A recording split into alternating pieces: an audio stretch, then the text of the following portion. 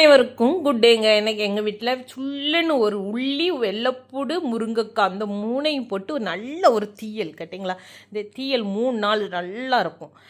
உள்ளியை எதுக்கு நல்லெண்ணெயிலே முழு முழு முழுன்னு வசக்கிறேன்னா, அந்த உள்ளி சட்டுன்னு தீயலை கெட விடாதுல்ல, அதனால தான் அந்த தீயல் நல்லா உள்ளி வசங்கிட்டுனா தீயல் கெட்டு போகாது.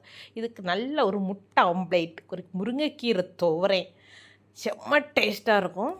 நான் என்ன வச்சுருக்கேன்னா துவையல் வச்சாச்சு. சாப்பிட்டுட்டு எங்கள் வீட்டுக்காருக்கு இன்னைக்கு வேலை இல்லை, அதனால் அவருக்கும் சாப்பாடு கொடுத்துட்டு நான் மறுபடியும் டியூட்டிக்கு போகணும்.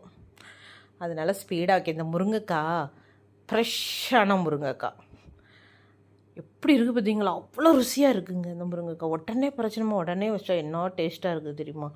இந்த சுட்டுட்டேன். எப்படி சுட்டேன்னு கேட்காதீங்க, சுட்டுட்டேன். அதான் தீயல் வைக்க.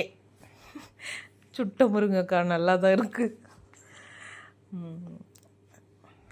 தீயலுக்கு எப்படி அரைப்போன்னு தெரியும்ல, அதே மாதிரி அரைச்சி இதில் விட்டு கொஞ்சம் புளியை சுல்லுன்னு விட்டு நல்லா எரிப்பாக சுல்லுன்னு வச்சு லைட்டாக தோத்துனால விரவி சாப்பிட்டா அவ்வளோ டேஸ்ட்டாக இருக்கும்.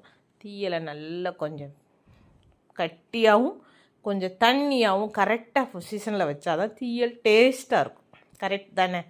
அதான் அவ்வளோ தூரம் கஷ்டப்பட்டு வைக்க. கஷ்டப்பட்டு இஷ்டப்பட்டு வச்சது தீயல் துவையலும். அடமாங்காய் போட்டிருக்கேன். இதில் ஸ்பெஷல் என்ன தெரியுமா, நானே காயப்பட்ட மாங்காய் மண்ணமாக இருக்கும் இந்த